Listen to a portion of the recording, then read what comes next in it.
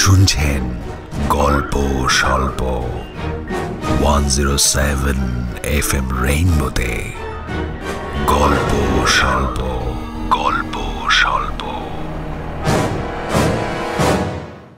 গল্পের সব চরিত্র কাল্পনিক, বাস্তবের সঙ্গে এর কোনো রকম মিল সম্পূর্ণ কাকতালীয়। প্রতিটি চরিত্র ও ঘটনা বিন্যাস শিল্প সৃষ্টির উদ্দেশ্যে নির্মিত। 107 FM রেইনবোতে গল্প স্বল্প অরিজিনালসে আজ শুনবেন রাজবাড়ির হিরে। লিখেছেন হিমি মিত্র রায়। লেখিকা কর্পোরেট সংস্থায় চাকরি ছেড়ে সাংসারিক জীবনে প্রবেশের পর হঠাৎই লেখালেখির সঙ্গে যুক্ত হন। তারপর 2016 সাল থেকে বড় ছোট মাঝারি বিভিন্ন পত্রপত্রিকায় নিয়মিত লিখতে থাকেন। তার লেখা সামাজিক গল্প সংকলন সব গল্পই প্রেমের নয়, উপন্যাস আন্দামানের আতঙ্ক, তার সৃষ্ট চরিত্র ডিএসপি ক্রাইম রেশমি বসুর গোয়েন্দা কাহিনী আরক্ত ভৈরব, অরণ্যে অন্তরীণ প্রভৃতি পাঠক প্রিয়তা পেয়েছে। আজ গল্প স্বল্প অরিজিনালসে শুনবেন হিমি মিত্র রায়ের লেখা রাজবাড়ির হিরে। গল্পের কথক অর্পণ, সূত্রধার সৌমি, কাঞ্চন কাকুর ভূমিকায় সোমক, ফড়িংয়ের চরিত্রে অর্ণব। শুরু হচ্ছে রাজবাড়ির হিরে। শোন ফড়িং, লুচি আর আলুর দম, মালাই চপ, এই ধর গোটা 10, পান্তুয়া, মোটামুটি এটুকু হলেই আমার চলবে। ও হ্যাঁ, বৌদিকে তো তোর খাবারটাও আলাদা করে করতে হবে। কি ঝামেলা বল দেখি। হ্যাঁ, এইগুলো তুমি একা খাবে? এটা আবার বলার কি আছে, এটা কি এমন খাবার?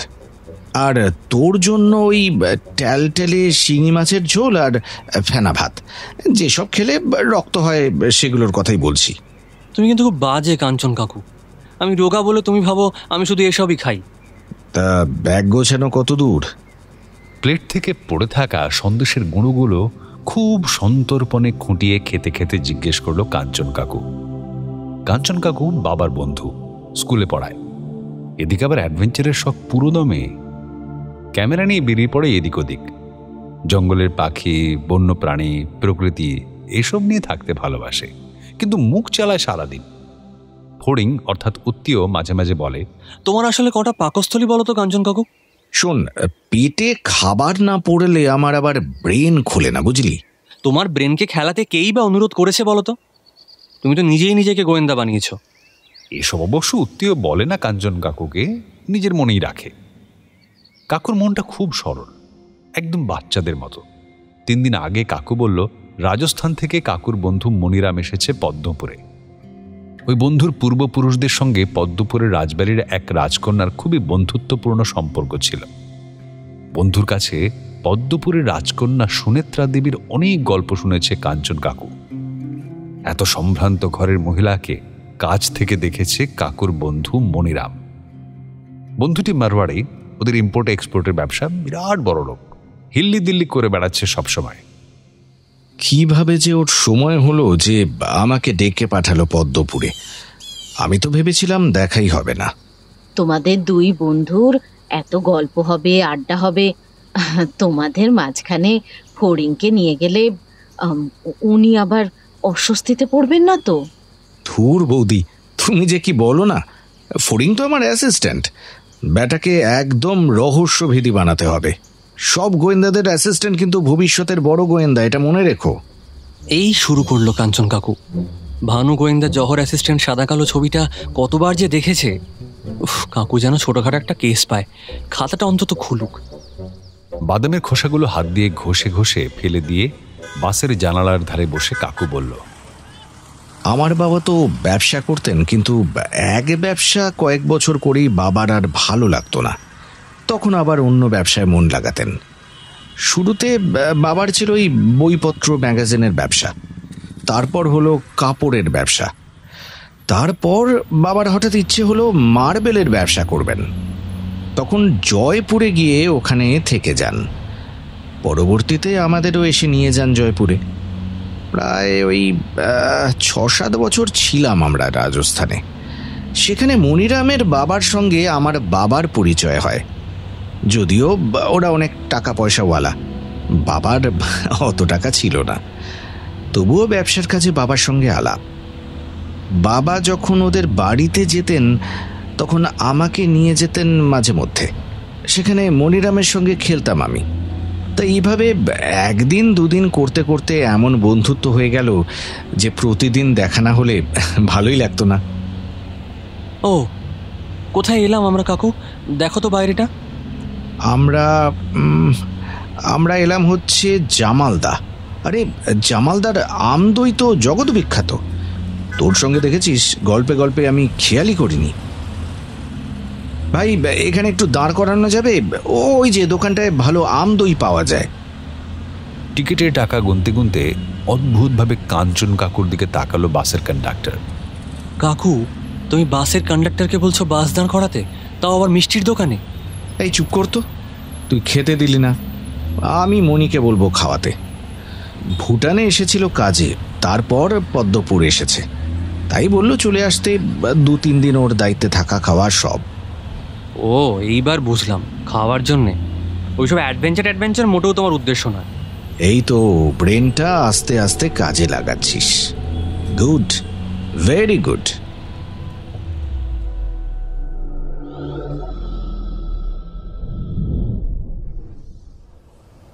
कांचन माय डियर फ्रेंड, कितने दिन बाद देखा हुआ। अरे ये बेटा किसका है?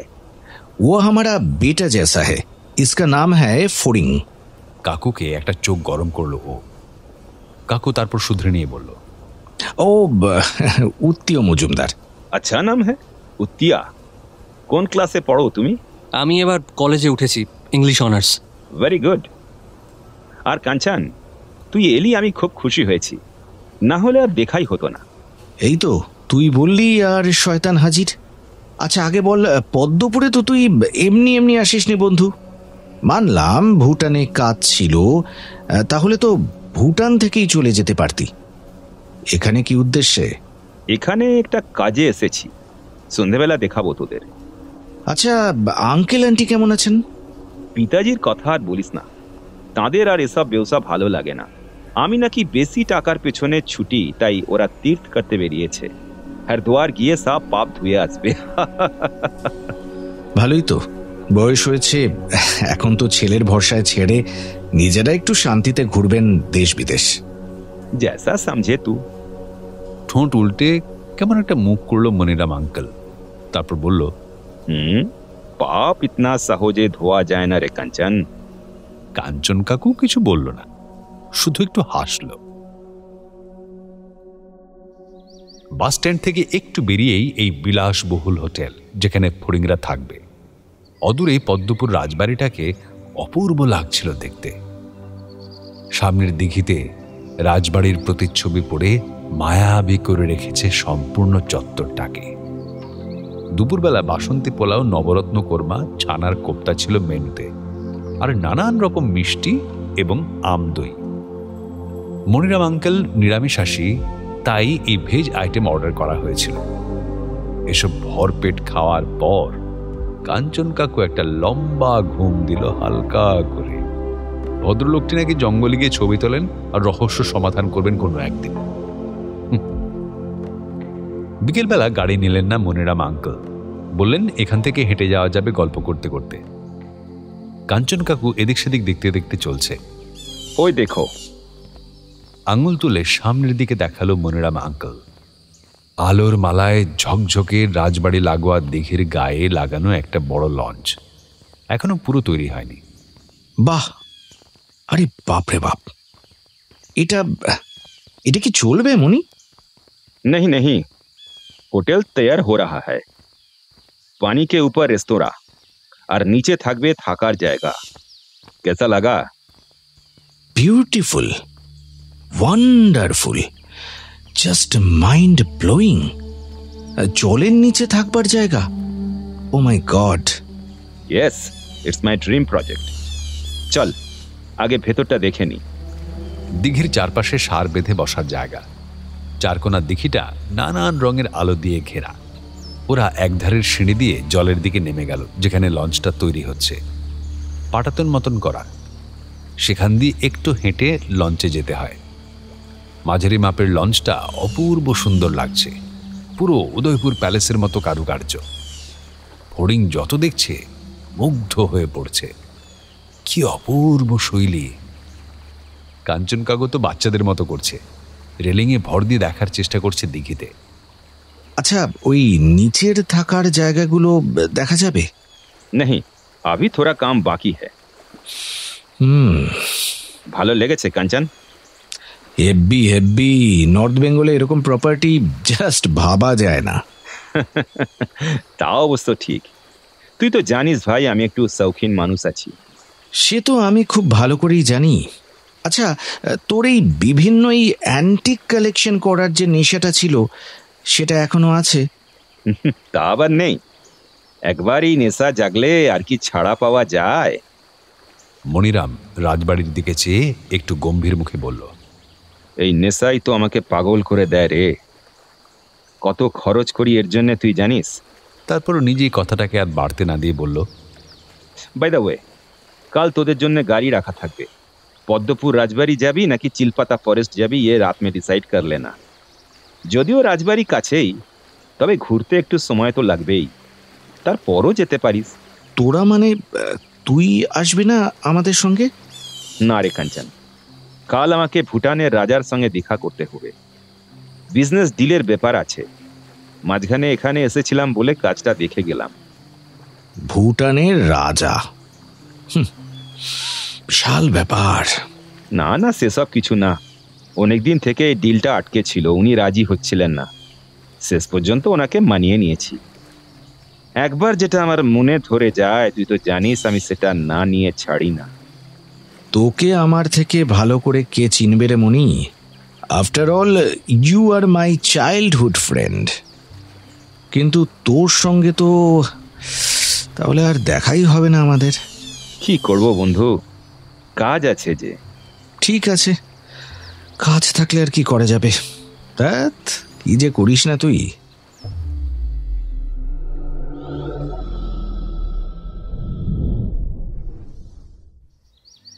মে মাস, যদিও গরমের তীব্রতা কম, কারণ রাতে ভালো বৃষ্টি হয়েছে। কাঞ্চন কাকু আজ খুব সেজেছে। লাল সাদা দিয়ে চেক ফুল শার্ট, ঢলঢলে সাদা জিন্স আর টুপি। ক্যামেরাটা টেপাটেপি করছে খটাখট। হঠাৎ দৌড়ে গেল ওদিকে। রাজবাড়ির বিরাট জানালার কার্নিশে দাঁড় কাকের একটা পরিবার, বাবা মা আর ওদের বাচ্চারা। বড়গুলো উড়ে গেল। কাঞ্চন কাকু ক্যামেরার শাটার ক্লিক করে চলল পরপর। আগে ও জিজ্ঞেস করতো কাকুকে, একই পাখির এতগুলো ছবি তোলো কেন বলতো? আরে বোকা, ওরা কি মানুষ যে চুপচাপ কথা শুনে পোজ দেবে? সারাক্ষণ মুভমেন্ট চলে ওদের, সারাক্ষণ ওরা মুভ করছে। তাই অনেক ফটো তুললে একটা দুটো ঠিকঠাক চলে আসে। দেখ দেখ দেখ, কিরকম পাখিগুলোর কালো রং, ওয়ান্ডারফুল, আইভরি ব্ল্যাক। দেখ। ফড়িং কিছু বলল না, তাই বলে কাকের ছবি? রাজবাড়িতে ঢোকার মুখে সিকিউরিটি চেকিং হলো। ক্যামেরা, মোবাইল সব জমা রাখতে হলো ওদের কাছে। বেশ কিছু মানুষ এসেছেন, কিছু বিদেশিও আছেন তাদের মধ্যে। লাইনে দাঁড়িয়ে রয়েছে ওরা। জানিস, এই পদ্মপুর রাজপ্রাসাদ আগে 3 তলা ছিল। একবার ভয়ঙ্কর একটা ভূমিকম্পে মারাত্মক ক্ষতি হয়েছিল, তারপর 2 তলা রয়ে গিয়েছে। ও, এটা সত্যিই জানতাম না। ধীরে ধীরে লাইন দিয়ে ভেতরে ঢুকলো ওরা। দরবার হল, যেখানে রাজারা বৈঠক করতেন বা দরবার করতেন, সেই ঘর। মূলত অ্যাডমিনিস্ট্রেশন চলতো হল ঘরে। নিচে 25-এর ওপরে ঘর রয়েছে। সারা দিন লেগে যাবে ঘুরতে। রয়েছে রাজা রানীদের বিরাট বিরাট অয়েল পেইন্টিং, বিরাট আকার দরজা, ইউরোপিয়ান স্থাপত্যের নিদর্শন, চিত্রকলা, সম্পূর্ণটাই নয়নাভিরাম। ছবির নিচে লেখা ঘটনার বিবরণ খুঁটিয়ে পড়ছে ফড়িং। এদিকে হাত দিয়ে ডাকলো কাকু, এদিকে আয়। দেওয়ালের একটা ছবির দিকে হাত দিয়ে দেখিয়ে বলল, কি নাম লেখা বলতো? ধনসিংহ। এর সম্পর্কে একটা গল্প প্রচলিত আছে, জানিস তো? পড়েছিস কোথাও? কোনটা বলো তো?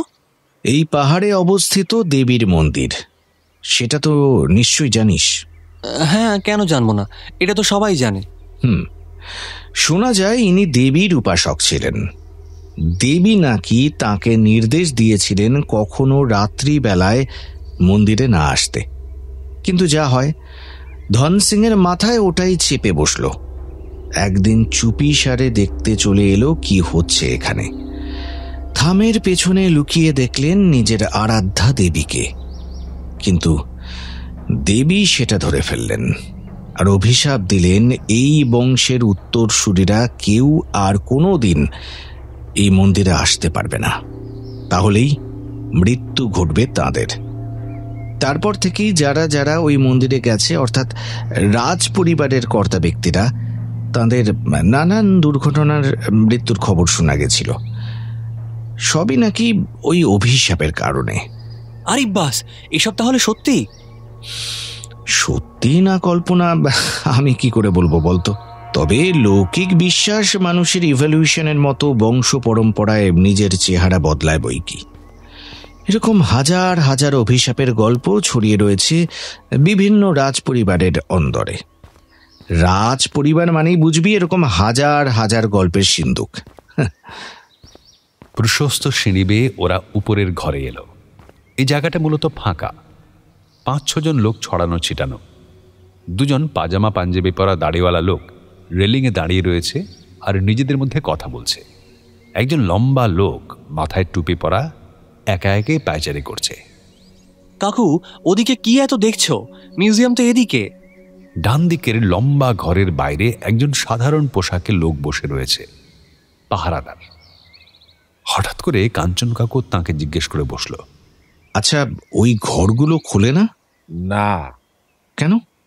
ওখানে দেখার কিছু নাই। ও আচ্ছা, আপনি এখানে ক বছর আছেন? তা প্রায় 14 বছর। মাঝে মধ্যে পরিষ্কার আর রং করার জন্য খোলা হয়। গতকাল গেলে দেখতে পারতেন পরিষ্কার হচ্ছিল, যদিও তখন টুরিস্টদের সামনে আসা বারণ। তাই ভাবছি পুরো ঝকঝক করছে বাইরেরটা। যান, কোনো জিনিসে হাত দিবেন না। ঘরে ঢুকে গেলে ফড়িং বলল, আচ্ছা কাকু, আমাদের দেখে কি এরকম মনে হচ্ছে যে আমরা কোনো জিনিসে হাত দেব? এই জন্যই বলি ভালো করে খাওয়া দাওয়া কর। কাকু, তুমি কিন্তু আমাকে এভাবে ইনসাল্ট করতে পারো না। সুযোগ পেলে তোমাকে দেখিয়ে দিতাম। কথোপকথনের মাঝে বাইরের জুতোর আওয়াজ পাওয়া গেল।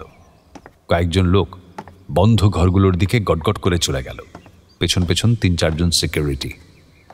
পাহারাদার লোকটার চোখাচোখি হওয়াতে লোকটা বলল, আর্কিওলজি ডিপার্টমেন্টের বাবুরা আইছে। এরই মাঝে হঠাৎ বাইরে আওয়াজ হওয়ায় ঘুরে তাকালো ওরা। 2 জন পাহারাদার ছিল, তারা উঠে গেল জায়গা থেকে। ওরা দেখছে বাইরে কিছু একটা হয়েছে। সবাই দৌড়াদৌড়ি করছে, সিকিউরিটিরা বন্দুক উঁচিয়ে দৌড়চ্ছে। মাইকের ঘন ঘন আওয়াজ, কিছু অ্যানাউন্সমেন্ট হবে মনে হয়। যে যেখানে আছেন সবাইকে অনুরোধ করা হচ্ছে যেন প্যালেস থেকে বের না হন। যতক্ষণ না পর্যন্ত আমরা সকলের সঙ্গে কথা বলছি, ততক্ষণ কেউ প্রাসাদ ছেড়ে বেরোবেন না। রাজবাড়ির সম্পদের একমাত্র পূর্ণ হিরেটি পাওয়া যাচ্ছে না। আশা করি আপনারা আমাদের সঙ্গে সহযোগিতা করবেন। Great, wonderful. এতদিনে একটা কিছু হলো। মানে কি বলতে চাইছো? মানে বলতে চাইছি, এরকম হাতের সামনে কোনো চুরি টুরির বিষয় দেখতে পেলে তখন কি আর চুপ করে বসে থাকা যায়? চল চল তো দেখি কি বলছে। আশ্চর্য! পুরো প্রাসাদের পর্যটক সংখ্যা মোটামুটি 10-15 জন হবে। সবাইকে সার্চ করে ছেড়ে দেওয়া হলেও দেখা গেল ওই পাঞ্জাবি পরা লোক দুটোকে একটু বেশি জেরা করা হচ্ছে। লোক দুটিও উত্তরে অনেক কিছু বলছে আর পকেট বের করে দেখাচ্ছে। সিকিউরিটির লোকেরা লোক দুটোকে ভালো করে সার্চ করলো। ফরিংরা ঘুরে তাকিয়ে দেখছে দেখে একজন লোক ওদেরকে বলল, এখানে দাঁড়াবেন না, চলে যান, জায়গা খালি করুন। গেট থেকে বেরিয়ে রাজবাড়ির দিকে তাকিয়ে দাঁড়িয়ে থাকলো ওরা। 5 মিনিট দাঁড়িয়ে থাকার পর দেখলো পাঞ্জাবি পরা লোক দুটো বেরিয়ে আসছে। তার মানে কারো থেকে কিছুই পাওয়া যায়নি। ফড়িং, তোর কি মনে হয় কেউ কি হিরে পকেটে করে নিয়ে চুরি করে? না, কিছুতেই না। চলতে চলতে হঠাৎ মাঠে এসে থমকে দাঁড়িয়ে পড়ল কাকু। যাকে, আমি একটু আসছি, তুই যা। মানে কোথায় যাবে? যা না, আমি এক্ষুনি আসছি। ফড়িং এগিয়ে গেল।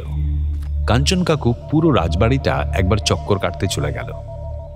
রাজবাড়ির পেছন দিকটা খুব বেশি পরিষ্কার হয় না, সামনের তুলনায় বেশ জঙ্গল রয়েছে।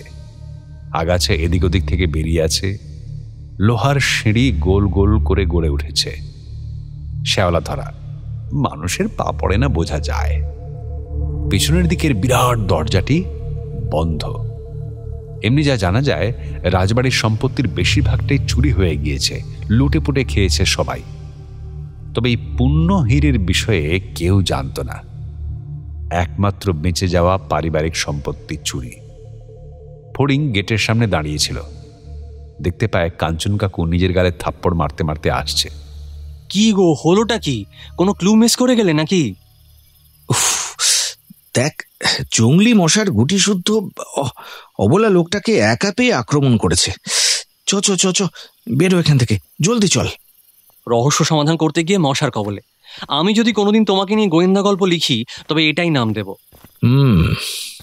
কিন্তু কেসটা এমন কিভাবে হলো, আর আমাদেরই বা কেন এই সময় এখানে এনে ফেললো?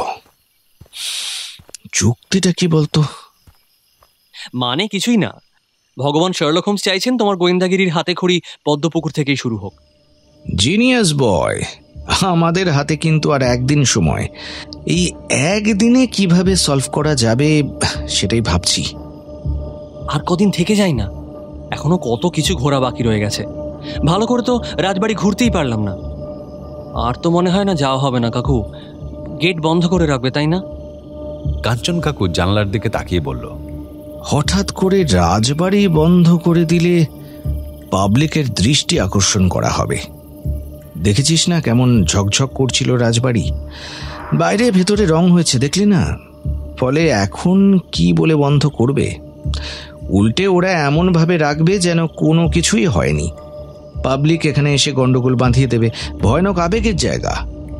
ফড়িং বুঝল এবার, মাথা নাড়ল শুধু। ওর মাথা একটা হালকা গাঁটটা দিয়ে বলল কাঞ্চন কাকু, মাথা খেলা, মাথা খেলা। কিন্তু তুমি একদিনে কিভাবে সলভ করবে এই ভিআইপি কেস? শোন, আমরা আর কটা দিন থেকেই যাই, বুঝলি? তোর কলেজ তো বন্ধ, ফিরে গিয়ে না হয় পড়বি। কিন্তু কথা হলো যে কটা ঘর বন্ধ করা থাকে তাদের কোনটায় এই হিরে রাখা থাকতো সেটা জানতো কারা? সিকিউরিটির লোকজন আর আর্কিওলজি দপ্তরের লোক, এরা ছাড়া? আচ্ছা কাকু, তোমার কি মনে হয় এরা ছাড়া অন্য কেউ জানতো না? এতদিন ধরে রাজবাড়িতে এই জিনিস রয়েছে, মানুষ জানবে না এটা হতে পারে না। কেউ তককে তককে ছিল, বুঝলি? যাকে, এখন শুয়ে পড়, কাল সকালে দেখা যাবে। দুটো পাশাপাশি বিছানা, দুদিকেই কাঁচের জানালা, সাদা ভারী পর্দা, ঘরের লাইট নেভানো, পর্দাগুলো সরিয়ে রাখা। কাকুর থেকে একটু দূরে কাঁচের জানলা দিয়ে দেখা যাচ্ছে সামনের দিঘির পাড়ে আলো জ্বলছে। লাল, হলুদ, সবুজ আলো জলে গিয়ে মিশে এক অদ্ভুত সুন্দর মায়াবী রং তৈরি করেছে। অদূরে রাজবাড়ির আলোর মালায় ঢেকে রয়েছে চারিপাশ। কিন্তু শহরবাসী কি জানে, নাকি নিশ্চিন্তে ঘুমোচ্ছে তারা? আলোকমালায় সজ্জিত প্যালেসটি দাঁড়িয়ে রয়েছে গহীন অন্ধকারে। কাঞ্চন কাকু স্বপ্নে দেখলেন একজন মহিয়সী মহিলাকে, ব্যক্তিত্বের আলোয় আলোকিত চারিপাশ, গরুদের লাল পেড়ে শাড়ি, গলায় বহুমূল্য নেকলেস। চেয়ারে বসে এক দৃষ্টে তাকিয়েছিলেন কাঞ্চন কাকুর দিকে। সেই দৃষ্টির মধ্যে ছিল অদ্ভুত এক আকুতি। তারপর ধীরে ধীরে মিলিয়ে গেলেন হাওয়ায়। ফড়িং, ফড়িং। কি হলো? জানলার দিকে এক দৃষ্টে তাকিয়ে কাঞ্চন কাকু বলল, মহারানী আলোকা দেবী এসেছিলেন স্বপ্নে। আমার গায়ে কাঁটা দিয়ে আছে এখনো। ওই ওই চেয়ারটায় বসেছিলেন, তার গলার নেকলেসের মধ্যে ওই হিরেটা জল জল করছিল। কতক্ষণ যে আমার দিকে তাকিয়ে রইলেন একভাবে, অদ্ভুত এক মুখভঙ্গি করছিলেন জানিস। বড্ড দুঃখ ছিল ওনার মুখে, আমি জাস্ট ভুলতে পারছি না। ফড়িং জানে সবসময় ঠাট্টা ইয়ার্কি করা মানুষটা মাঝে মাঝে কিন্তু খুব সিরিয়াস হয়ে যায়। কাঞ্চন কাকু নিশ্চয়ই স্বপ্নে দেখেছে এমন কিছুই। ও দেখল কাকু ঘড়ির দিকে একবার তাকিয়ে নিয়ে কাকে একটা ফোন করছে ঘুম চোখে। মনি শোন, আমি যদি এই হোটেলে আর কটা দিন থাকি তোর আপত্তি আছে? আমি বাকি বিল টিল সব মিটিয়ে দেব। ও প্রান্ত থেকে কিছু এমন কথা ভেসে এলো যে কাঞ্চন কাকু জিভ কেটে না না না না না না করতে লাগলো। আরে আরে মনি শোন, লিসেন টু মি। না মানে না না, আরে এটা হতে পারে না, কিছুতেই না। এবার কিছুক্ষণ চুপ থেকে ফোনটা ফড়িংকে দিয়ে দিল কাকু। তোকে আবার কি বলবে দেখ তো। আমাকে? হ্যালো উত্তীয়, তোমার কাকুকে বোঝাও যতদিন থাকবে আমার দায়িত্বে থাকবে, আমি পেমেন্ট করে দেবো সব। তোমরা ঘোরো ফেরো খাও দাও, আর যদি তা না হয় এক্ষুনি হোটেলে বলে দেবো তোমাদেরকে চলে যেতে বলতে। নাও রাখছি, বাই। কাকু, তোমার 1 টাকাও খরচ করা হলো না। তো মহা মুশকিল এই মনিটা না। যাকে থাকার ব্যাপারটা না হয় মিটে গেল। এবার ব্রেকফাস্ট করে বরং বের হই। কোথায়? উফ, চলই না।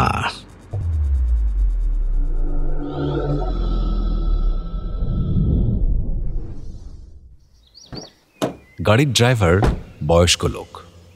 आपका नाम क्या है? আমার নাম সচিরাম আছে। सचिराम जी, आप पहले थाना चलिए। জি স্যার। থানা কেন কাকু? চলি না।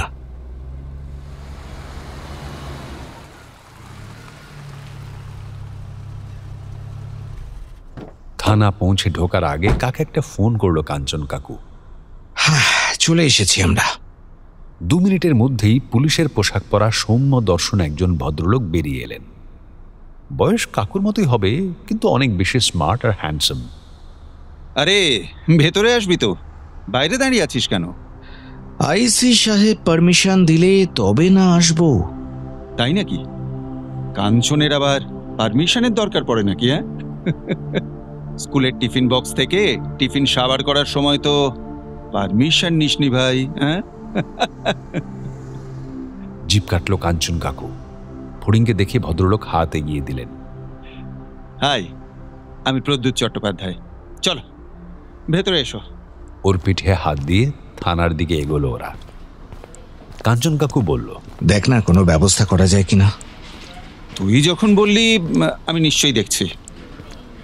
আমি যখন যাব তাহলে তখন তোরাও আমার সঙ্গে যাস, চলবে তো? চলবে মানে? দৌড়বে রে। তা তোমার এই খাদ্যরসিক কাকুর গোয়েন্দা হওয়ার শখ জাগলো কবে থেকে উত্তীয়? কাঞ্চন কাকু ফড়িংকে বলতে না দিয়ে বলল, এই এই এই গোয়েন্দা নয়, গোয়েন্দা নয়। আমার জাস্ট ঘটনাটা কে ঘটালো এবং কেন ঘটালো এই বিষয়ে সামান্য প্রশ্ন জাগছে মনে। এটা শুধু নয়, যে কোনো বিষয়ে। জানিস তো, অলস মস্তিষ্ক শয়তানের আখাড়া। তাই স্কুলে পড়ানোর পর যেটুকু সময় পাই একটু পড়াশোনা, আর ওই খবরের কাগজে এইসব নিউজ দেখলে ভীষণ জানতে ইচ্ছে করে সত্যিটা আসলে কি। প্রদ্যুৎ আঙ্কেল, কাঞ্চন কাকু কিছু না কিছু খনন কার্য চালাতেই থাকে, হাল ছাড়ে না। Very good. তোর এই ব্যাপারটা তার মানে অনেক আগে থেকেই ছিল, মনে নেই? স্কুলের লাইব্রেরি থেকে লাইব্রেরিয়ান অমিত স্যারের রবীন্দ্র রচনাবলী চুরি হয়েছিল টেবিল থেকে, তারপর তুই খুঁজে বের করেছিলি। বাবা, হ্যাঁ, তোর মনে আছে? মনে থাকবে না? তারপর ক্লাস 7-এ যখন তুই রাজস্থান থেকে এসে ভর্তি হলি, সে বছরই সন্দীপনের দামি ঘড়িকে লুকিয়ে রেখেছিল, সেটাও তো তুই বের করেছিলি। ওগুলো তো ছোটখাটো মজা। আচ্ছা, কখন যাচ্ছি আমরা বলতো? দেওয়াল ঘড়ির দিকে একবার তাকিয়ে প্রদ্যুৎ বলল, এখন গেলে অসুবিধা আছে? মানে এখন সবে রাজবাড়ি খুলবে, লোকজনের ভিড় মোটামুটি 1-1.5 ঘন্টা পর থেকে শুরু হয়। ফাঁকায় ফাঁকায় দেখে আসা যাবে, এই আর কি। বেস্ট, কোনো অসুবিধে নেই। ফাইন, তবে আমার গাড়িতে চ, তোর গাড়িটা ছেড়ে দে। ঠিক আছে, তবে আমি সাচিরামজিকে চলে যেতে বলছি।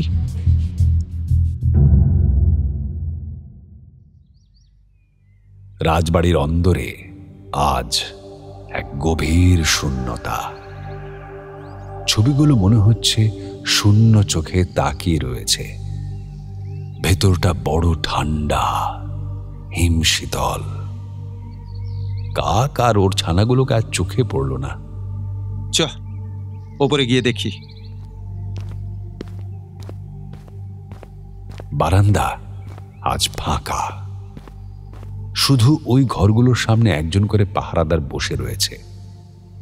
পুলিশ দেখে উঠে দাঁড়ালো প্রত্যেকে। ডান দিকে একটা ইংরেজির বড় এল শেপের ঘর। বাকি ঘরগুলো লম্বা বারান্দাতে পরপর রয়েছে। শয়নকক্ষ, বৈঠকখানা, তোষখানা, স্নানঘর সহ অনেক ঘর। আচ্ছা প্রদ্যুৎ, প্রতিটা ঘরে যাবি তো? হ্যাঁ চল, দেখতে তো হবেই। শুনেছি ওপরে নাকি নাচঘর ছিল। তাই হবে হয়তো, আমার বিশেষ জানা নেই। তবে ওই দিকের ঘরগুলোতে রাজারানী থাকতেন শুনেছি। দক্ষিণ দিকের?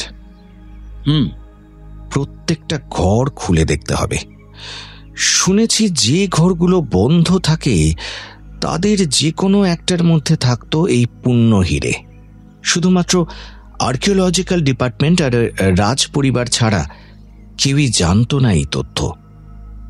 আর রাজ পরিবারের কেউ যেহেতু আর জীবিত নেই, ফলে সম্পূর্ণ বিষয়টাই আর্কিওলজি দপ্তরই জানত। ইনফ্যাক্ট সাধারণ মানুষ নাকি জানতো চুরির ভয়ে আগেই এখান থেকে সরানো হয়ে গিয়েছিল হিরে। যার জানার সে তো জেনেই ছিল, নইলে কি আর এই জিনিস ঘটে? দেওয়াল ধরে কিছু একটা দেখতে দেখতে কথাগুলো বলল কাঞ্চন কাকু। আমার তো মনে হয় পুলিশ বাদ দিয়ে সবাই জানত।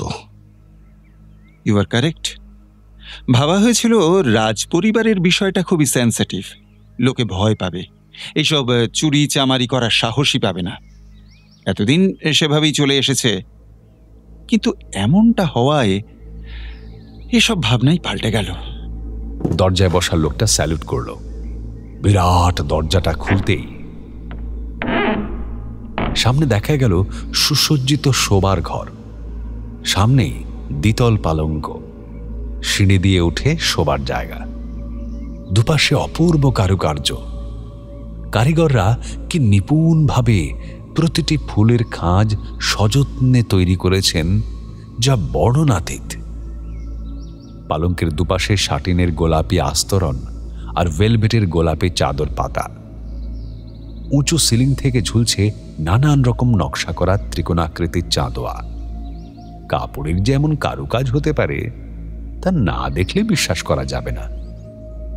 ভেতরে খোপ খোপ মতো করা রয়েছে, সেগুলোতে আবার বিভিন্ন রকম পুঁথি এবং চুমকির নকশা করা। অপূর্ব, ওজনও হবে অনেক। ঘরের একদিকে সুদৃশ্য ড্রেসিং টেবিল, যাতে হাতের দাঁতের তৈরির নকশা।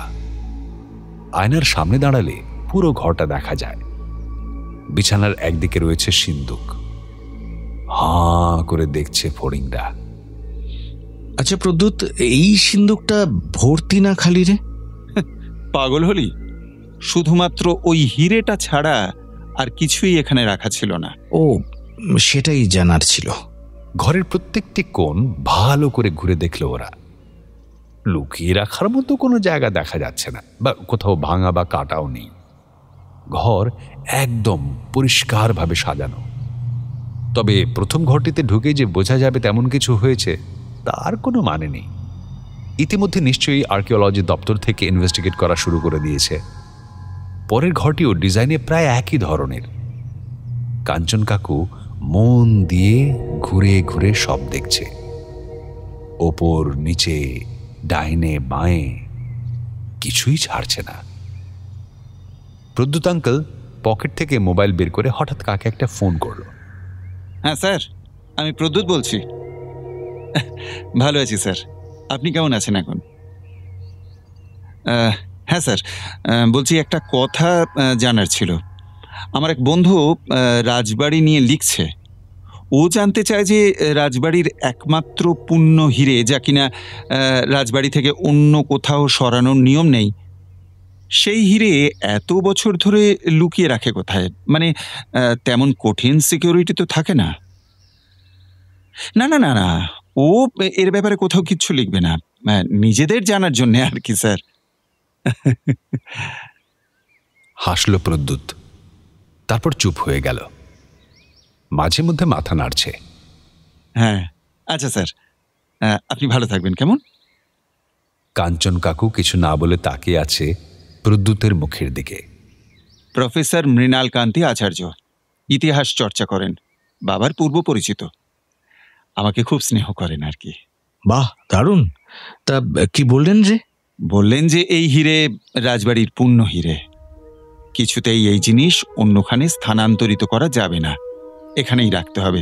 আর এমনটাই বলে গেছেন রাজ পরিবারের শেষ জীবিত সদস্য। শুরুতে ভাবা হয়েছিল যে শুধু সেফটির জন্য এই হিরে সরিয়ে নিয়ে যাওয়া হবে সুরক্ষিত জায়গায়, কিন্তু বিশিষ্ট ব্যক্তিবর্গের মধ্যে ভোটাভুটি করানো হয়েছিল। তখন কেউই সরিয়ে নিয়ে যাবার পক্ষে যুক্তি দেননি। প্রত্যেকেই বলেছেন যে এই হিরে রাজ পরিবারেই থাকবে। পরিবারের মধ্যে এমন কথাও প্রচলিত ছিল যে এই প্রাসাদ থেকে হিরেটি অন্য জায়গায় নিয়ে গেলে শহরের ওপর নেমে আসবে নানান দুর্যোগ। তাই এখানকার মানুষের আবেগের কথা ভেবে এ জিনিস সরানো হয়নি। তারপর প্রফেসর আচার্য এটাও বললেন, এ জিনিস যে নেবে তার জীবনে অভিশাপ নেমে আসবে, এ কথা প্রচলিত আছে। বেশ, আর ওই যে বলছিলি সিকিউরিটির ব্যাপারে? হ্যাঁ বলছি। স্যার বললেন কোনো নির্দিষ্ট জায়গায় এই জিনিস থাকে না, মাঝে মাঝে স্থান পরিবর্তন করা হয়। হয়তো চোখের সামনেই আছে, কিন্তু তুই দেখতে পাচ্ছিস না, এমনইভাবে রাখা হয় আর কি। স্যার রাখা আছে বললেন কারণ উনি তো জানেন না যে জিনিসটা চুরি হয়েছে। পদ্মপুরের মানুষ নিশ্চয়ই এই অভিশাপের ব্যাপারটা নিয়ে অবগত, তাই তো? হ্যাঁ, শহরবাসীর কাছে রাজবাড়ির প্রতিটি জিনিসেই আবেগ জড়িয়ে আছে। এখানকার কেউ যে এটা নেবে না এটা নিশ্চিত। তবে চোর আর লোভীদের কি আর আবেগ থাকে রে? বলতে বলতে কাঞ্চন কাকু কি একটা খুঁটিয়ে দেখলো বিছানার চাদরে। প্রদ্যুৎ আঙ্কেল বলল, কি দেখছিস অত কাঞ্চন? যেদিকে দেখিবে ছাই, উড়াইয়া দেখো তাই, পাইলেও পাইতে পারো অমূল্য রতন। সেই তো, আমরা আমাদের মতো ইনভেস্টিগেট করছি, তুই তোর মতো দেখ না, কোনো অসুবিধা নেই। ধীরে ধীরে সব কটি ঘর ঘুরে দেখল ওরা। শোবার ঘরগুলি মোটামুটি একই ধাঁচের। কোনো ঘরে কিছুটা আলাদা ঘর সাজাবার সামগ্রী রয়েছে, ফুলদানি, সেরামিকের কাপপ্লেট, অয়েল পেইন্টিং। তাছাড়া আর যেগুলি ঘর, সেসবও খড়ের গাদায় সোঁচ খুঁজতে যাওয়ার মতোই। এত বিরাট প্রাসাদের কোনখানে হিরেটি ছিল আর তা কে নিল তা কেমন করে বুঝবে কাকু? ধৈর্য ধরো বৎস, অত তাড়াহুড়ো করলে কোনো লাভ হবে না। কিরে, চা খাবি? বেরিয়ে উল্টো দিকে একটা ভালো চায়ের স্টল আছে। আলবাদ যাব, চল। উল্টো দিকের চায়ের দোকানে গিয়ে ঢুকলো ওরা। একটা শপিং কমপ্লেক্সের মধ্যে। তন্দুরি চা, মালাই চা, জুঁই ফুলের চা, বরফ চা ইত্যাদি লেখা বোর্ডে। প্রদ্যুৎ কাকু চায়ের অর্ডার দিতে গেল। কাঞ্চন কাকু বারবার চার্টের দিকে তাকাচ্ছিল। প্রদ্যুৎ আঙ্কেল বুঝতে পেরে বলল, স্ন্যাক্স কিছু চলবে নাকি? হলে মন্দ নয়। কাকু আমরা তো ব্রেকফাস্ট করেই এলাম। ওমা, সেই তো কখনো ওইটুকুনি খেয়ে বেরিয়েছিলাম, খিদে পায় না বুঝি? অবাক হওয়া ছাড়া আর কিছুই ছিল না এটা শোনার পর। আঙ্কেল শুনে নিয়ে স্যান্ডউইচ অর্ডার করে এলো। শোন, ভালো কথা, একদিনের ভিজিটার লিস্টটা একবার আমাকে দেখাতে পারবি? হ্যাঁ পারবো। কেন বললাম জানি না, যদি কোনো কাজে লাগে। বেশ। চা আর স্যান্ডউইচ দিয়ে গেল ওদের টেবিলে। এক চুমুক টেনে নিয়ে কাঞ্চন কাকুর অভিব্যক্তিটা দেখার মতো ছিল।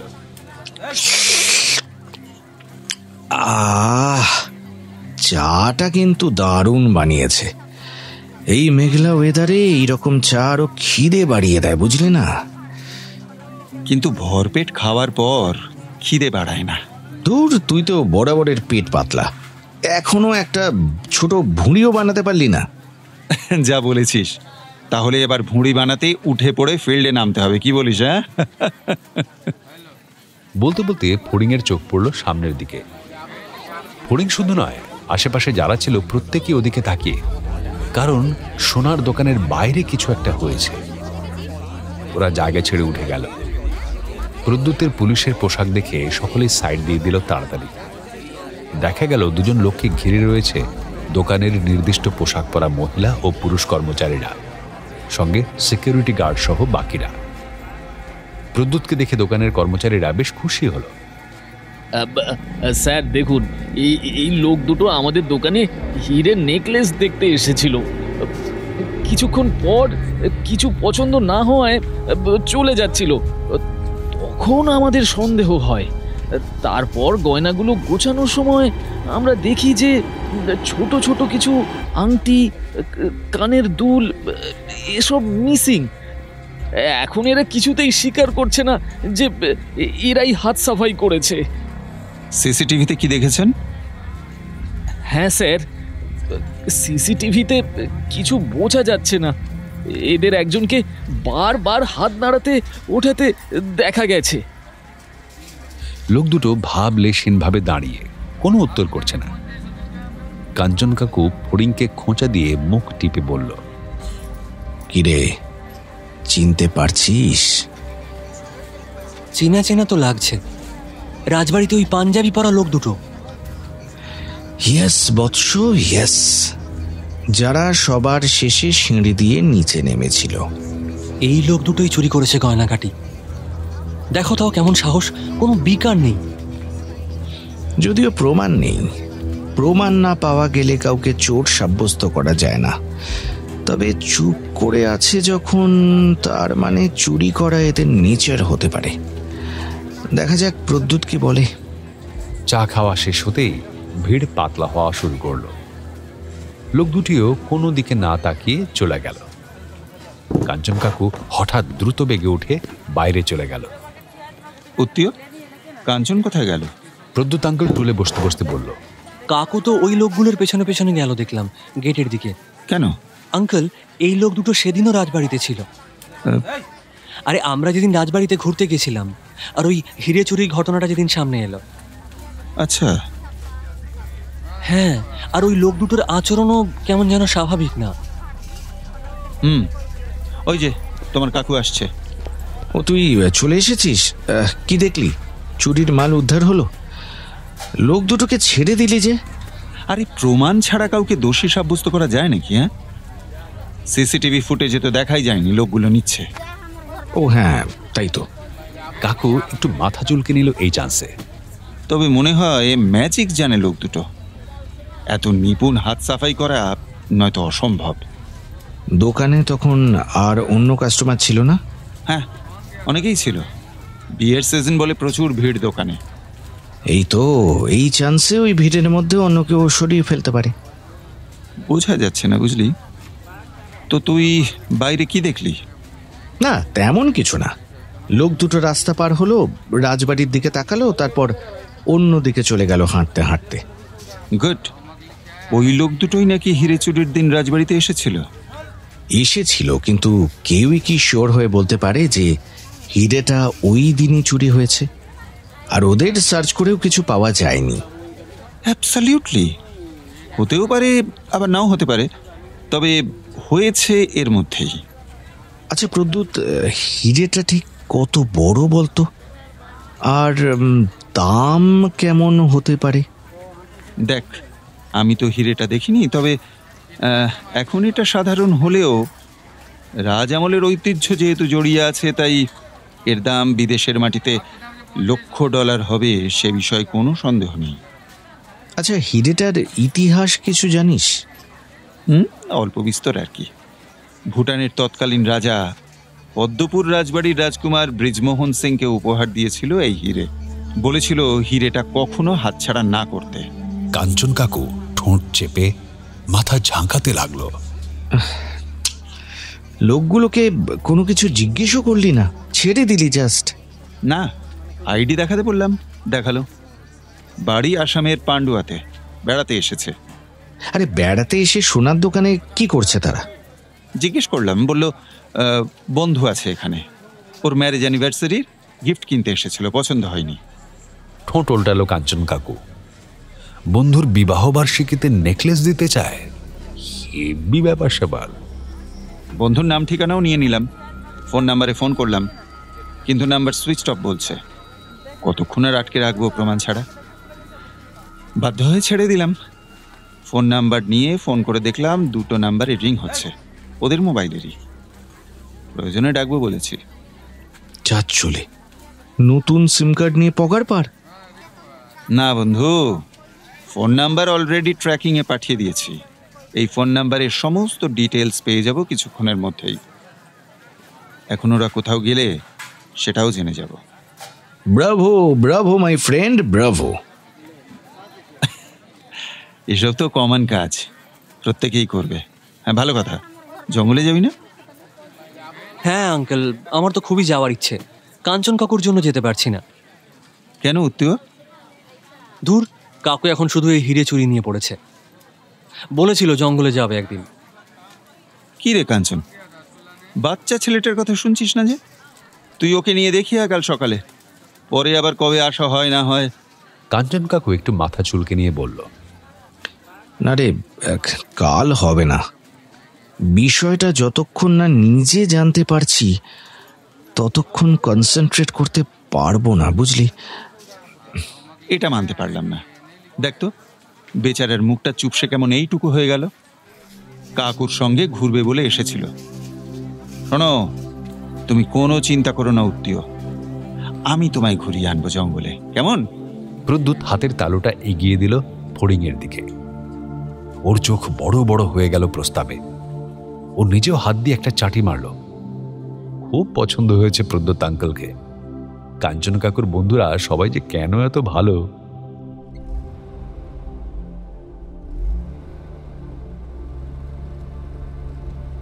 নিজেই গাড়ি চালাচ্ছে প্রদ্যুৎ, ড্রাইভার নেয়নি, বলেছে ঘুরিয়ে আনবে ফড়িংকে। কি কেমন লাগছে উত্তীয়? Excellent uncle. বেশ, তোমার কাকু তো এলো না, কি করছে কে জানে। চলো আমরা এবারে ভেতরে ঢুকবো, কেমন? হোটেল রিসর্টে ছড়াছড়ি। অদূরে দেখা যাচ্ছে আরো একটি বিরাট রিসর্ট তৈরি হচ্ছে, কতখানি জায়গা জুড়ে ভাবা যায় না। বাঁদিকে ঢুকিয়ে দিল গাড়ি। আমরা কিন্তু ফরেস্টে ঢুকে পড়েছি। জঙ্গলে গন্ধটা ঝুপ করে নাকে এসে লাগলো। ফড়িং মোবাইল বের করে ভিডিও করা শুরু করলো। কত ধরনের যে সবুজ হতে পারে তা ফরেস্টে না এলে বোঝা যায় না। অজস্র রঙের সবুজ। ইস, কি হলো? ভিডিওটাই সবুজ জঙ্গল হতে হতে মাঝখানে কংক্রিট এসে ভিডিওটা খারাপ করে দিল। এখানেও গাছ কেটে কনস্ট্রাকশন করার কি দরকার ছিল বলতো? বিরাট বড় জায়গা জুড়ে দেখছি। হ্যাঁ, বেশ কমাস হলো এটা তৈরি হচ্ছে। বিজনেস টাইকুন মনিরাম আগরওয়ালের প্রজেক্ট। ফড়িং চমকে গেল। জয়পুরে মনিরাম আগরওয়ালা? হ্যাঁ, কিন্তু তুমি চেনো কিভাবে? মনিরাম আঙ্কেলের ডাকেই তো আমি আর কাঞ্চন কাকু এখানে এসেছি। ওরা ছোটবেলার বন্ধু। রিয়েলি? কাঞ্চন তো কিছু বললো না আমাকে। হয়তো হিরে চোরের চিন্তায় মাথা থেকে বেরিয়ে গেছে। রাইট, ও তো রাজস্থানে থাকতো। তবে একটা কথা বলি উত্তীয়, এই লোকটা অত সুবিধের নয়। কাঞ্চনের বন্ধু তাও বলছি, লোকটা নাকি টাকা ছাড়া আর কিচ্ছু বোঝে না, তার জন্য যা খুশি করতে পারে। ফড়িং চুপ করে থাকলো। ওর মনটা খারাপ হয়ে গেল। এত ভালো ব্যবহার আঙ্কেলের। থাক, এসব কথা কাঞ্চন কাকুকে বলবে না, হয়তো প্রদ্যুৎ আঙ্কেল ভুল জানে। সামনে বেশ ভিড় দেখা গেল। আঙ্কেল স্লো করে দিল। ভিড় কাটিয়ে ডান দিকে চলে যাচ্ছিল ওদের গাড়ি। ফড়িং চেঁচিয়ে উঠল, আঙ্কেল দাঁড়াও দাঁড়াও। থতমত খেয়ে ব্রেক চাপলো প্রদ্যুৎ। কি হলো? কিছু না বলেই ঠকাস করে গাড়ির দরজাটা খুলে বেরিয়ে গেল ফড়িং। প্রদ্যুৎ গাড়ি সাইড করে ওদের পেছন পেছন দৌড়ল। সামনে একজন লোককে ঘিরে বেশ কিছু তাবড় তাবড় ব্যক্তি। আরে উত্তিয়া, হোয়াট আ প্লেজেন্ট সারপ্রাইজ। ফড়িংকে জড়িয়ে ধরল মনিরাম আঙ্কেল। তুমি এখানে আঙ্কেল? এটা তোমার রিসর্ট তাই তো? একদম, এটা আমারই রিসর্ট হচ্ছে। বাই দ্য ওয়ে, তোমাকে কে বললো? আর কাঞ্চন কোথায়? মনিরাম আঙ্কেল ঘাড় উঁচু করে দেখতে লাগলো। প্রদ্যুৎ আঙ্কেল পেছনে দাঁড়িয়ে রয়েছে। ফড়িং ঘাড় ঘুরিয়ে দেখে নিল, তারপর হাত বাড়িয়ে ডাকলো প্রদ্যুৎকে। না আঙ্কেল, কাঞ্চন কাকু আজ আসেনি। আসলে কাঞ্চন কাকুর পেটের গোলমাল হয়েছে তো, তাই আসতে পারেনি। আমি এসেছি এই প্রদ্যুৎ আঙ্কেলের সঙ্গে, উনিই বললেন এটা তোমার রিসর্ট বলে। আরে namaste namaste, I am Maniram Agarwal. Kanchan is my childhood friend. আমারও তাই। রিয়েলি? Very good. ও গাড়ি তো পুলিশের আছে। आप क्या इंस्पेक्टर हो? जी। अरे बाप रे, पुलिस से मुझे डर लगता है बहुत। क्यों? अरे भाई, अब जोक भी नहीं समझे हो। প্রদ্যুৎ আঙ্কেল হাসলো শুধু। কাকু ভীষণ মজা করে। এক্স্যাক্টলি। কিন্তু আঙ্কেল, তুমি তো জানাওনি যে তুমি আসছো। আরে আমার তো সাডেনলি ঠিক হয়েছে আসা। তারপর ভাবলাম তোমাদের সারপ্রাইজ দেব, সেটাও তো আর হলো না। কাঞ্চনকে ফোন করো না, আমি হঠাৎ ভিজিট করবো, চমকে দেব ওকে। মনিরাম আঙ্কেলকে পেছনে রেখে এগিয়ে গেল ওরা।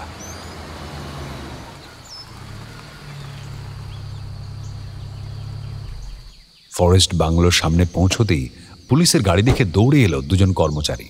স্যার, কিছু হয়েছে নাকি? না ভাই, ঘুরতে এসেছি। আমার ভাইপোটাকে একটু ঘোরাবো আর ইকবাল চাচার হাতে রান্না খাওয়াবো। প্রদ্যুৎ আঙ্কেল চেনে কর্মচারীটিকে। স্যার, আমি ইকবাল চাচাকে বলে দিচ্ছি। নিচে জলা জায়গা। ওরা এগিয়ে গিয়ে সামনে দাঁড়ালো। তিনখানা হাতি মনের সুখে জলের ওপর দাঁড়িয়ে নিজেদের মধ্যে সময় কাটাচ্ছে। ফড়িং অনেকগুলো ছবি তুলে নিল ওর মোবাইলে। ফিরে গিয়ে কাঞ্চন কাকুকে দেখাতে হবে। কি যে করছে কে জানে। খুব ভালো একটা দিন কাটালো ওরা। ফরেস্টে আসাও হলো। চাচার হাতে রান্না মুখে লেগে আছে এখনো। ফড়িংকে ড্রপ করে দিয়ে চলে গেল প্রদ্যুৎ। বলল আর ঢুকবে না। হোটেলের রুমে কলিং বেল বাজিয়ে চলেছে ফড়িং। 5 মিনিট হয়েছিল। এবার ফোন করলো কাঞ্চন কাকুকে। কোথাও বেরিয়ে গেল কিনা কে জানে। একটু রিং হওয়ার পরে ফোনটা ধরলো কাঞ্চন কাকু। কোথায় তুমি? চলে এসেছিস নাকি? হ্যাঁ, রুমের বাইরে দাঁড়িয়ে আছি। তাহলে একটা কাজ কর, টুক করে লঞ্চ হোটেলের সামনেটায় দৌড়ে চলে আয়। ওখানে কি করছো? আর একবার আয় তো। সলভ করে ফেলেছো? সত্যি করে বলো তো। দেখা যাক, আমার সন্দেহ যদি মেলে। আমি যাচ্ছি এক্ষুনি। ফড়িং প্রায় দৌড়ে দৌড়ে চলে এলো। দেখলো কাঞ্চন কাকু লঞ্চের ডেকের রেলিংয়ে ভর দিয়ে রাজবাড়ির দিকে তাকিয়ে রয়েছে। ও হাঁপাতে হাঁপাতে বলল, ওদিকে কি দেখছো কাকু? রাজবাড়িটা দেখ, কি সুন্দর লাগছে। তা তো লাগছে, কিন্তু এখান থেকে দেখছো কেন? এখান থেকে দেখবো না তো কোত্থেকে দেখবো? রাজবাড়ির গেট তো এখন বন্ধ। কোনো ক্লু পেলে? কাঞ্চন কাকু মাথাটা হালকা করে ওপর নিচ করে বলল, মনে হয়, ঠিক বুঝতে পারছি না। বলতে বলতে একটা শব্দ পেয়ে পেছনে তাকালো ওরা। কারো পায়ের শব্দ। কিসের ক্লুয়ের কথা হচ্ছে? গলার আওয়াজ পেয়ে ওরা পেছনে তাকালো। আরে মনি, তুই কখন এলি? আরে তোর তো আজকে আসার কথা ছিল না। সারপ্রাইজ, হঠাৎ চলে এলাম। একটা কাজ পড়লো। উত্তিয়ার সঙ্গে আমার দেখা হয়েছিল, বলেছিলাম তোকে না বলতে। আমি এসে সারপ্রাইজ দেব। খুব ভালো হলো তুই এলি। কিন্তু তুই তো বলিসনি তোর পুলিশ বন্ধুর কথা। এই রে, ভুলে গেছিলাম। কই বাত নেই, এরকম হয়। আচ্ছা, তুই জানলি কেমন করে যে আমরা এখানে আছি? ডিটেকটিভ মাইন্ড কি তোর একার আছে? হোটেলে গেছিলাম, শুনলাম তোরা নেই, ভাবলাম একটু দেখে আসি কোথায় আর যাবে, তাই একটু চান্স নিয়ে দেখলাম, আর তোদের পেয়েও গেলাম। খুব ভালো করেছিস। তাহলে হোটেলে গিয়ে একটু বসি চল। না বন্ধু, আমার কাজ আছে, চলে যাব, তাই তোর সঙ্গে দেখা করে গেলাম। তোরা এনজয় কর। মনিরাম চলে গেল। ফড়িংরা একটু ওদিকে তাকিয়ে থেকে কাঞ্চন কাকুর দিকে ঘুরে বলল, বলো না কি ক্লু পেলে? ক্লুটা বলা যাবে না, কাল যখন যাব তখনই দেখতে পাবি। ওয়াইল্ড গেস করেছি একটা, আর এই ক্লু খুঁজতে তোরও ভূমিকা থাকবে। ফড়িং কিছুই ভেবে পেল না কাঞ্চন কাকু কিসের কথা বলছে। দিঘির দিকে এক দৃষ্টে তাকিয়ে রয়েছে কাঞ্চন কাকু। কি ভাবছে কে জানে। আরো 10-15 মিনিট থেকে ওরা হোটেলে এলো। আসার কিছুক্ষণ পরেই কলিং বেল। এখন আবার কে এলো? ফড়িং গিয়ে দরজা খুলতেই অবাক। প্রদ্যুৎ আঙ্কেল। চলে এলাম খবর দিতে। সোনার দোকানের লোক দুটো ম্যাজিক বুজরুগি এইসব করে লুটপাট চালায়। হাত সাফাই একবারে সিদ্ধ হস্ত। এমনভাবে চুরি করবে যে সামনে থেকেও ধরা যাবে না। রাজবাড়িতে তেমন কিছুই করতে গিয়েছিল, সেদিন হিরে চুরির ঘটনাটা সামনে এসে পড়ায় এরা তেমন সুবিধে করতে পারেনি, নিজেরাই বলে ফেলেছে। ওদের কাছ থেকে উদ্ধার হয়েছে আংটি, তারপর হ্যাঁ কানের দুল, মানে এই জাতীয় জিনিস আর কি। কাঞ্চন কাকু খুব একটা উৎসাহ দেখালো না। কাল রাজবাড়ি যাব, চোরকে মনে হয় ধরতে পেরেছি। কি? দেখ, আমি শিওর নই, তবে সারাদিন ভেবে ভেবে আর কিছু প্রমাণ মনে মনে মিলিয়ে আমি একটা সন্দেহ প্রকাশ করেছি। আমার ক্যালকুলেশন ভুলও হতে পারে। আমি যদ্দূর আমার বন্ধুকে চিনি তাতে ভুল হওয়ার সম্ভাবনা কম। কাঞ্চন কাকু জিভ কাটল আর মাথা ঝাঁকাতে লাগলো দুদিকে। ফড়িং মনে মনে ভাবছে, কাঞ্চন কাকু তবে সত্যি সত্যি হিরে উদ্ধার করে ফেলবে। হ্যাঁ, এই তালেগোলে কাকুকে আর বলা হলো না যে আজ মনিরাম আঙ্কেলের সঙ্গে জঙ্গলে ওর দেখা হয়েছিল।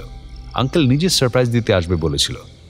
তাকিয়ে দেখে কাকু জানলার দিকে চেয়ে শুয়ে রয়েছে। ঘুমোচ্ছে না জেগে আছে কে জানে। হালকা করে একবার ডাকলো ফড়িং, কাকু। কোনো সাড়া নেই। কাকু। শুনছি, বল। আজ বনি আঙ্কেলের সঙ্গে দেখা হয়েছিল চিলাপাতায়। কি আমি তো হিরে চুরির কথাটা বলতেই যাচ্ছিলাম, তারপর মনে পড়লো এটা বলা বারণ। প্রথমে গুলিয়ে বলে ফেলতে যাচ্ছিলাম, তারপর সামলে নিয়েছি। না বলে ভালোই করেছিস। কাকু, তুমি জানতে যে মনি আঙ্কেল বিশাল বড় বিজনেস টাইকুন, এখানে বড় রিসর্ট বানাচ্ছে।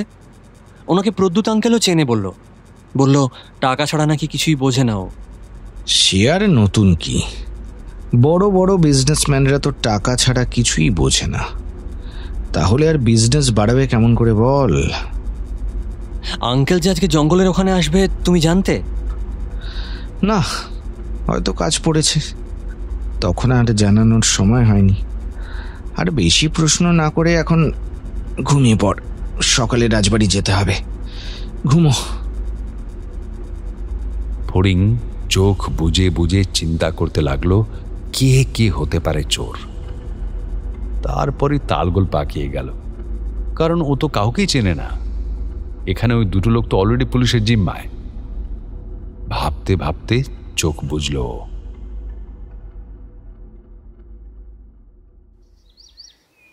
সকাল সকাল প্রদ্যুৎ আঙ্কেল এসে হাজির। কাঞ্চন কাকু একটু অন্যমনস্ক। তবে যাওয়া যাক। মাথা হেলালো কাকু। কাকু, তুমি শিওর তো? কোনো গুবলেট করবে না তো আবার? দেখা যাক। সে কি গো, এখনো দেখবে? না হলে না হবে, কি আছে। অদ্ভুত লোকটা এই গুরুত্বপূর্ণ বিষয়টি নিয়ে মজা করছে। আজ আর বৃষ্টির লেশ মাত্র নেই।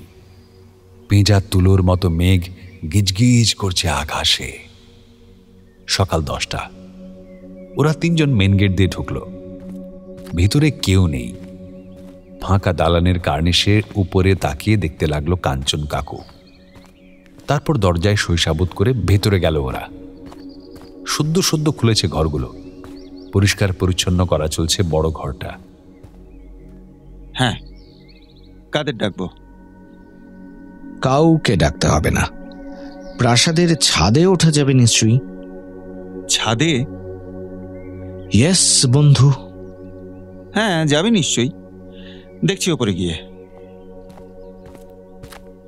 ওপরে এসে কাঞ্চন কাকু একটা নির্দিষ্ট ঘরের দিকে এগিয়ে যেতে গিয়ে বলল, ওই পাহারাদারকে একটু জিজ্ঞেস করত যে এই ঘরের উপরের ছাদে যেতে গেলে কোন দিক দিয়ে উঠতে হবে। ঠিক আছে, তোরা দাঁড়া, আমি জিজ্ঞেস করে আসছি। লোকটা উঠে দাঁড়িয়ে প্রদ্যুৎ আঙ্কেলকে রাস্তা দেখাচ্ছে। চ, ও পাশ দিয়ে সিঁড়ি। লোহার জং ধরা পুরনো আমলের পেঁচানোর সিঁড়ি। বারান্দা পার করে ডান দিকে এরকম সিঁড়ি বাইরেও আছে। জীবনে পরিষ্কার হয় কিনা সন্দেহ। আমার পেছন পেছন আয় তোরা। প্রদ্যুৎ আঙ্কেল ফটাফট উঠে গেল উপরে। তারপর কাঞ্চন কাকু। মাকড়সার জাল মুখে লাগছে। 2 রাউন্ড ঘুরে তারপর দরজার দেখা পাওয়া গেল। বিরাট আকার লোহার দরজা, তেমনি বড় ছিটকানি। ফড়িং বুঝতে পারছে না কাকু ছাদে গিয়ে কি করবে। প্রথমে তো কিছুতেই ছিটকিনি দুটো খোলা যাচ্ছিল না, জং ধরা, এত টাইট হয়ে বসে রয়েছে। তারপর ফড়িং আর কাঞ্চন কাকু মিলে ঠেলতে দুটো ছিটকিনি খুলে এলো। ওরে বাস, এদিকে দাঁড়ালে উল্টো দিকে দেখা যায় না যে। রাতের বেলায় এলে এখানে আত্মারা ভিড় জমায়, বুঝলি কিনা? কেমন একটা গন্ধ পাচ্ছি মনে হচ্ছে। আত্মার গন্ধ? আত্মার গন্ধ। কেন, শুনিসনি? শুনেছি কোনো কোনো ভূত বিশেষজ্ঞ গন্ধ শুকে নাকি বলে দিতে পারে জায়গাটায় কোনো অবাঞ্ছিত অস্তিত্বের প্রবেশ ঘটেছে কিনা। কাঞ্চন কাকু একটু অন্যমনস্ক মনে হলো।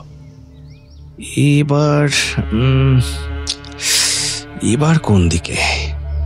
হ্যাঁ, যে ঘরটার কথা বলেছি তার মাথায় যে ছাদের অংশটুকু রয়েছে সেটা ওদিকে হবে।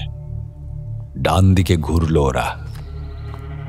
কিছুটা গিয়ে কাঞ্চন কাকু বলল, দাঁড়া দাঁড়া। তারপর দৌড়ে গিয়ে ছাদের পাঁচিল থেকে ঝুঁকে পড়ে কি যেন দেখল। তারপর জিভ কেটে বলল, এ বাবা, এত বড় প্রাসাদ তো গুলিয়ে যায় কোথায় কি। ওদিকটায় চল তো। ফড়িং বুঝতে পারছে না লোকটা ঠিক কি করতে চলেছে। কাঞ্চন, তুই শিওর তো? আমি কিন্তু আর্কিওলজিক্যাল ডিপার্টমেন্টের অফিসারকে জানিয়েছি যে আমরা তদন্ত শুরু করেছি। খুব ভালো করেছিস। এবার তোকে একটু ফড়িংকে হেল্প করতে হবে। আমাকে কি করতে হবে কাকু? বলছি, অত উতলা হয়েও না বাছা। এরপর থেকে শুধু সাঁতার কাটলেই হবে না, গাছে চড়াও শিখতে হবে। আমাকে কিন্তু আন্ডার এস্টিমেট করো না কাঞ্চন কাকু। মামা বাড়িতে গাছে চড়া শিখেছি। Good, very good. আয়, এবার উল্টো দিকে গিয়ে দাঁড়া। পড়বি না, চড়া আছে, যা। এই কাঞ্চন, ছেলেটাকে কোথায় নামাচ্ছিস? আমি যাচ্ছি। দাঁড়া তো, একদম পারবে। কি, তাই তো? একদম পারবো। বেশ, তবে আমি যেভাবে যেভাবে বলছি সেভাবে সেভাবে করে যা।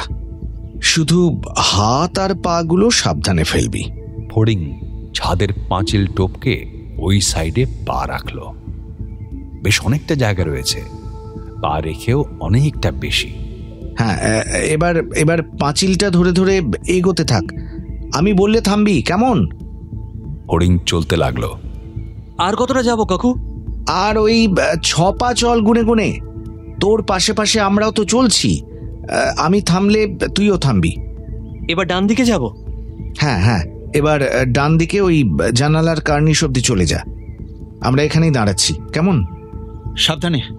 জানলার ওপরটা বিরাট বড়, যার কারণে সেখানেও পা রাখতে কোনো অসুবিধা হচ্ছে না। এবার প্রদ্যুৎ আঙ্কেল একটু টেনশনই করছে ফড়িংকে নিয়ে, তা বেশ বোঝা যাচ্ছে। এবারে বসে পড়, পা ঝুলিয়ে। ফড়িং তাই করলো। হ্যাঁ, এবার তোর বা হাতটা একটু এগোতো, আস্তে আস্তে, ধীরে। হ্যাঁ, সামনের দিকে ঝুঁকিস না, বডিটা দেওয়ালের সঙ্গে চেপে রাখ যতটা সম্ভব। হ্যাঁ, এই, হ্যাঁ, ঠিক। ফড়িং ওর হাতটা বাড়ালো। বাম হাতের বদলে ডান হলে কতটা ভালো হতো। কাকু, হাতে কিছু একটা লাগছে। এ বাবা, এ তো গুড, ভেরি গুড। অকুস্থলে চলে এসেছিস। এবার খুব সাবধানে ওটার মধ্যে দেখ তো কিছু পাস কিনা। ফড়িং হাত দিয়ে ঘাঁটাঘাঁটি করছে। এদিকে কাঞ্চন কাকু আর প্রদ্যুৎ আঙ্কেল দরদর করে ঘামছে। কাকু, আরে ওকে, আমি কিছু একটা পেয়েছি। কি বলছো? এই যে প্রদ্যুৎ আঙ্কেলের দুচোখ বিস্ফারিত। ফড়িংয়ের হাতে ধরা একটা লাল ভেলভেটের নরম তুলতুলে মাঝারি সাইজের বটুয়া ব্যাগ। কাঞ্চন কাকু চুপ করে থেকে বলল, চলে আয়, সাবধানে। ফড়িং বটুয়া ব্যাগটা চেপে ধরে পাঁচিল টপকে ছাদে চলে এলো। খুলবো? কাঞ্চন কাকু চোখ বুজে সম্মতি দিল। অদ্ভুত এক পরিবেশ। তিনজন মিলে ঘিরে রয়েছে ছাদের একটি নির্দিষ্ট জায়গাটায়। নীল আকাশের নিচে বিরাট বড় ছাদে অপার নিস্তব্ধতা। প্রত্যেকের বুকের ধুকপুকানি বেড়ে চলেছে অনবরত। ফড়িং ধীরে ধীরে বটুয়া ব্যাগের মুখটা খুলল।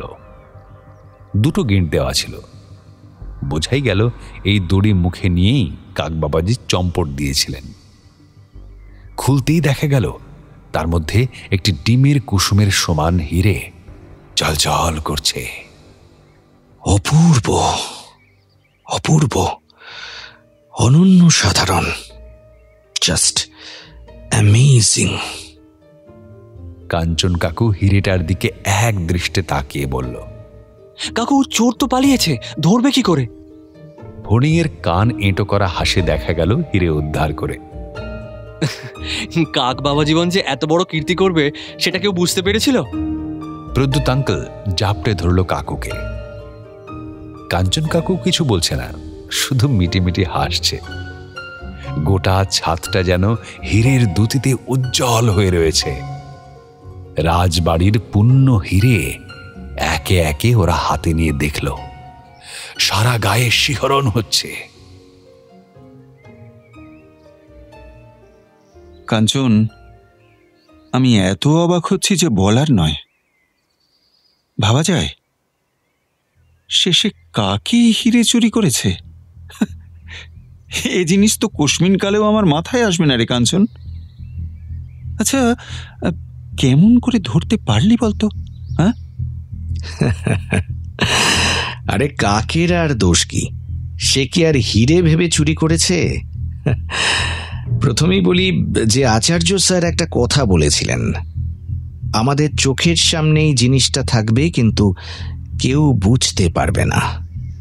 এভাবে মাঝে মধ্যেই ওলট পালট করে রাখা হতো হিরেটা। 5 নম্বর ঘরের মধ্যে এমন কোনো লুকোনোর জিনিস নেই যে সেখানে হিরেটা লুকোনো যাবে। সামান্য কদিন আগেই হিরেটাকে রাখা হয়েছিল ওই ভারী চাঁদোয়ার ওপরের একটি গোপন কোণে, যেখানে সাধারণ মানুষের চোখ পড়া দুষ্কর।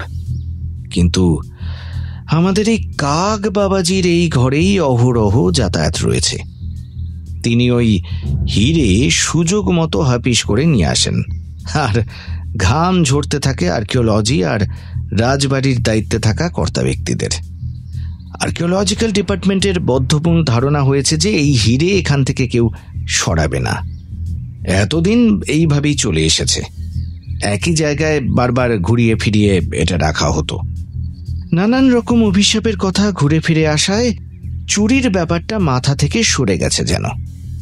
অর্থাৎ এখানকার মানুষের মধ্যে এই জিনিসটা ভালোভাবে ঢুকে বসে রয়েছে যে রাজ পরিবারের যে কোনো জিনিস চুরি হলে বা হারিয়ে গেলে শহরের ওপরেও একটা অভিশাপ নেমে আসবে। 5 নম্বর ঘরে ঢুকে দেখি যে বিছানার ওপর খড় আর কাকের বিষ্ঠা। তারপর উপরে তাকিয়ে দেখি ভারী চাঁদোয়া টানানো আর ওতে কারুকার্য করা। ওই চাঁদোয়ার মধ্যেও পাখির বিষ্ঠা দেখেছি। বলতে পারিস এটাই আমার প্রধান ক্লু। মানে তোদের ভাষায় ওই অপরাধী নিজের অপরাধের প্রমাণ ঠিক রেখে যাবে, তাই তো? এরপর লক্ষ্য করে দেখলাম চাঁদোয়াটার মধ্যে বিভিন্ন রকম খোপ করা রয়েছে। কোথাও কাঁচ বসানো, কোথাও সুতোর কাজ করা, কোথাও আবার জরির কাজ। আরও একটা ক্লু হচ্ছে সেই চাঁদোয়ার বেশ কিছু জায়গায় কাঁচের টুকরো মিসিং, যেন টেনে টেনে ছেঁড়া হয়েছে। কাকের স্বভাব কেমন তা আমরা সবাই জানি, তাই বুঝতে অসুবিধা হলো না এটাও ওই কাক বাবাজিরই কাজ। তবে কাকের বিষয়টা মাথায় আসার আগে একটা বিষয়ে সন্দেহ ছিল, আর তার জন্য তোর কাছ থেকে ভিজিটার লিস্টটা চেয়েছিলাম। সেখানে দেখি বিভিন্ন কর্তা ব্যক্তিদের একটা গ্রুপ এসেছিল, শুধু কিছু প্রশাসনিক আধিকারিক এবং তাদের পরিবারবর্গ। যেদিন ঘর রং করা হয়েছিল সেদিন। প্রতিদিনই যে অসংখ্য পর্যটক আসেন রাজবাড়িতে এমনটা নয়। স্থানীয় লোক তো আর রোজ রাজবাড়ি ঘুরতে আসে না, এলেও তারা বাইরে ঘোরাঘুরি করে ওই বাদাম টাদাম খেয়ে চলে যায়। সুতরাং প্রশাসনিক আধিকারিকদের নাম জানার পর একটা বিষয়ে নিশ্চিন্ত হলাম যে সেদিন বাইরের কোনো ভিজিটার ওখানে আসেনি। প্রফেসর আরও একটা কথা বলেছিলেন, শহরের কেউ এই কাজ করতে 1000 বার ভাববে, তাই সাসপেক্টদের মধ্যে সেই ভিজিটারদের ধরা যেতেই পারে। কিন্তু গাইডেড ট্যুরে সকলের সামনে থেকে কারো পক্ষেই ওইভাবে হিরে চুরি করা সম্ভব না। তাছাড়া তাদেরকেও নিশ্চয়ই হিরেটা দেখানো হয়নি। তাহলে পড়ে থাকলো কারা? Security guard. অভিশাপের ভয়ে সিকিউরিটি গার্ড যারা 10 থেকে 14 বছর ধরে এই রাজবাড়িতে কাজ করছে, তাদের পক্ষে এই হিরে চুরি করাটা বেশ চাপের। যদিও তারাও সন্দেহের লিস্টে থাকতো যদি না এই কাকের বিষয়টা মিলে যেত। কতটা আবেগ জড়িয়ে আছে স্থানীয়দের এই রাজবাড়ির প্রতিটি কোণে তা তো আমরা বুঝতেই পারছি। তখনই একটা চান্স নিলাম, জাস্ট ভাবলাম দেখি চেষ্টা করে। না ধরেই এগোচ্ছিলাম, মিলে যাবে সেটা নিজেই ভাবতে পারিনি। Hats off Kanchan, you are really genius. হরিং শুধু অবাক চোখে কাঞ্চন কাকুকে দেখছে। কি না বলেছে কাকুকে? একটা নমস্কার তো কাকুর অবশ্যই প্রাপ্য। আরে আরে কি করছিসটা কি? দেখ এখান থেকে আমার বন্ধুর হোটেলটা কি সুন্দর লাগছে, অপূর্ব, অসাধারণ। আবার কবে দেখা হবে কে জানে। ওর জন্যই তো আমরা এলাম আর রাজ পরিবারের এই হিরেটা উদ্ধার করতে পারলাম। সেটাও প্রদ্যুৎ না থাকলে আমার প্রথম রহস্য সমাধানটা হতো না। মনের মধ্যে একটা অদ্ভুত শান্তি হচ্ছে জানিস। বলতে বলতেই ফোন এলো। পকেট থেকে ফোনটা বের করে কাঞ্চন কাকু বলল, হ্যালো মণি। কাকু হাসি মুখে পায়চারি করতে করতে কথা বলছে। ওপার থেকে মণি আঙ্কেল বলছে, ভুটানের ডিলটা সাকসেসফুল হয়ে গেছে কাঞ্চন। এতদিনের জমে থাকা স্বপ্নের প্রজেক্ট আমার সফল হবে রে। এবার জমিয়ে এনজয় করব। আমি ঠিক করেছি আর একদিন তোদের সঙ্গে সময় কাটিয়ে ফিরবো। এ তো খুব ভালো কথা মণি, তোকে আমারও কিছু বলার আছে। I mean surprise. আয়, তারপর সামনাসামনি কথা হবে, কেমন? সে ঠিক আছে। শোন না, তোকে আরেকটা কথা বলি। এই যে এত সম্পত্তি আমার, এত টাকা পয়সা, পিতাজি আর মাজি তো তীর্থ করতে চলে গেল। এসব আর কি কাজে লাগবে? কত পাপ জমা হয়েছে বলতো। জীবনে কিছু ভালো কাজও তো করা দরকার। আমি ঠিক করেছি এখানে একটা অনাথ আশ্রম তৈরি করব। যেসব বাচ্চারা রাস্তায় রাস্তায় ঘুরে, বাবা মা ভীষণ গরিব, পড়াশুনো করতে পারে না, তাদের নিয়ে রাখবো ওখানে। শুধু টাকা ইনকাম করলেই হয় না রে, মনের মধ্যে অনেক কিছু চলে। আজ একটু পরে গিয়ে তোকে নিয়ে ডিএম অফিসে যাব কথা বলতে। জায়গা জমিনের তো ব্যাপার আছে। তুই যাবি তো কাঞ্চন আমার সঙ্গে? হ্যাঁ, নিশ্চয়ই যাব। ইতিমধ্যে প্রদ্যুৎ আঙ্কেল ফোন লাগিয়ে ফেলেছে কাউকে। ওপাশ থেকে কি কথা হচ্ছে কিছু জানে না। এটুকু জানে যে তাদের কোথায় একটা গালা ডিনারের ব্যবস্থা হয়েছে, সঙ্গে কি কি যেন পুরস্কার পাবে কাঞ্চন কাকু। তবে সবটাই হবে খুব সন্তর্পণে, কাক পক্ষী কেউ যেন টের না পায়, আর তাহলেই হলো। ফড়িং কিন্তু কাকুর সঙ্গে হালকা মশকরা করার সুযোগ ছাড়ে না। বলছি কাকু, তোমার প্রথম কেস হিসেবে এটা একটু বেশি সহজ জলভাত হয়ে গেল না? এত বড় গোয়েন্দা তুমি। হ্যাঁ তো কি, আর এই কথাটার জন্য একটা গাট্টা পাবে তুমি। কোথায় লেখা আছে যে সব কেস সলভ করার জন্য শার্লক হোমসকেই নেমে আসতে হবে? কথায় বলে শুনিসনি, যেখানে দেখিবে ছাই, উড়াইয়া দেখো তাই, পাইলেও পাইতে পারো অমূল্য রতন। আমিও সেরকম একটু চেষ্টা করলাম আর কি।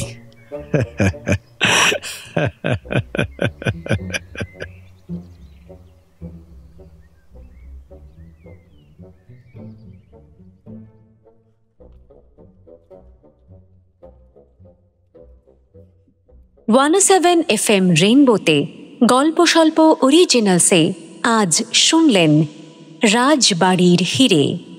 লিখেছেন হিমি মিত্র রায়।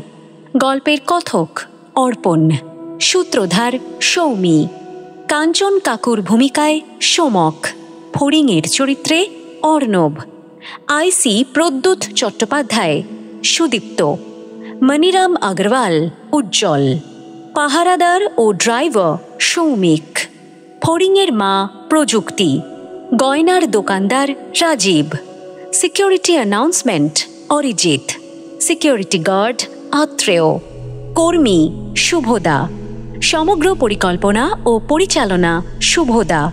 শুনলেন গল্প স্বল্প।